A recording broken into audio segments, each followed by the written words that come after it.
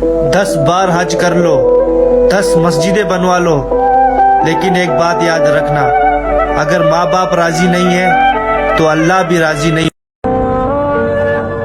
انشاءاللہ اپنے من میں ڈوب کر پا جا سراغ زندگی۔ اندر دیکھو، اندر دیکھو، اندر، باہر نہ دیکھو۔ یہ پاکیزہ ہے تو کامیاب ہو، یہ غلیظ ہے تو ناکام ہو۔ اس کو غلالت سے بچاؤ، اس کی گندگی آدمی کو خراب کرتی ہے۔ یہ نفس اگر گندا ہو گیا، یہ غلیظ ہو گیا، یہ ناپاک ہو گیا تو میں ناکام ہوں، تم بھی ناکام ہو۔ Subscribe to my channel.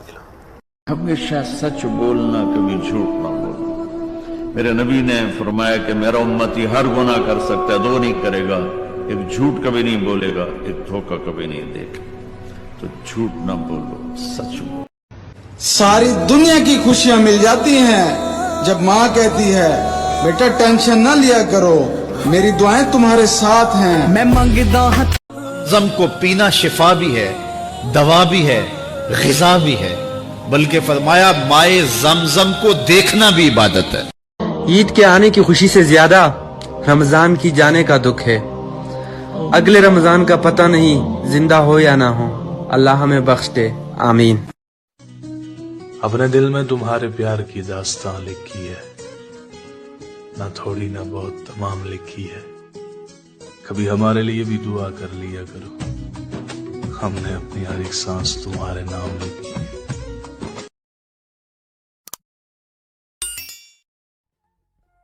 رمضان میں قرآن اترا، اور رمضان کی سب سے بڑی عبادت قرآن کی تلاوت ہے۔ سارے ذکر اذکار سوائے جو سنت اذکار ہیں وہ کر کے بس سارا دن آپ قرآن پڑھیں۔ میرے نبی نے فرمایا جس نے روزہ رکھا اللہ کی رضا کے لیے، جس نے تراویح پڑھی اللہ کی رضا کے لیے، اس کے پچھلی زندگی کے سارے گناہ اللہ معاف فرما دیتا ہے۔ میرے نبی نے فرمایا جس عورت نے 5 نمازیں پڑھی، رمضان کے روزے رکھے، خامند کی اطاعت کی اور بدکاری نہ کی، عزت میں خیانت نہ کی، تو جب وہ آئے گی تو جنت کے 8 دروازے کھل جائیں گے۔ اللہ فرمائے گا جدھر سے چاہ چلی جا، جنت تیرے لیے ساری حلال۔ میرے رب کی کتاب غلط ہو جائے گی اگر گناہوں میں چین ملے، اور ساز و آواز میں چین ملے، زنا شراب میں اگر چین ملے، سود رشوت جھوٹ میں اگر چین ملے تو میرے رب کی کتاب غلط ہو جائے۔ نہیں، کتاب اللہ غلط نہیں ہے۔ الا بذکر اللہ تطمئن القلوب۔ سنو دیوانو، سنو مستانو، سنو غفلت میں ڈوبے ہوئے انسانوں، اگر چین چاہتے ہو، اگر سکون چاہتے ہو، آ جاؤ اللہ کی یاد کی ٹھنڈی چھاؤں میں آ جاؤ۔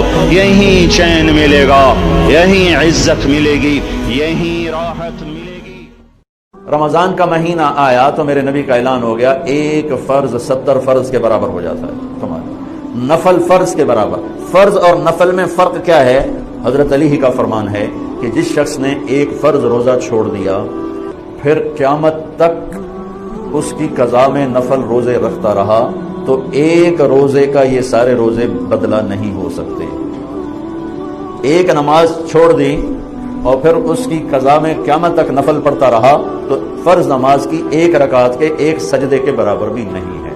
فرض میں اتنی طاقت ہے۔ تو اللہ کی رحمت کیسے متوجہ ہوتی ہے کہ رمضان کے مہینے میں اللہ فرماتے ہیں میرے محبوب کی امت ہے، ایک فرض کو 70 کے برابر کر لو، اور پھر فرماتے ہیں نفل کو فرضوں کے برابر کر لو، اور پھر فرماتے ہیں جو رات کو تراویح پڑھے گا، دن میں روزہ رکھے گا، آخری رات اسے ایسے دھو دوں گا، دھو کے پاک کر دوں گا کہ اس کے ذمہ گناہ کا ایک ذرہ بھی باقی نہیں بچے گا، سب گناہ اللہ تعالیٰ اس کے معاف فرما دے گا۔ تراویح کے ہر سجدے پہ 1500 نیکی لکھی جاتی۔ اب 1 گھنٹے میں 60,000 نیکیاں بنا سکتے، اور تراویح کے ہر سجدے پر جنت میں سرخ یاقوت کا ایک گھر تیار کیا جاتا ہے جس کے 60,000 سونے چاندی کے دروازے ہوتے ہیں۔ آہا، صرف نماز سے گناہ معاف نہیں ہوتے، جو صبح سے شام تک حلال کمانے میں تھکتا ہے اور تھک کے واپس آتا ہے تو اس دن کے سارے گناہ اللہ معاف فرما دیتا۔ اپنی زندگی 24 گھنٹے کی زندگی میں صرف 5 نمازیں فرض ہیں، نہ چھوڑو، نماز نہ چھوڑو، کسی حال میں نہ چھوڑو۔ میرے نبی کے نواسے نے کربلا میں پڑھ کے تاریخ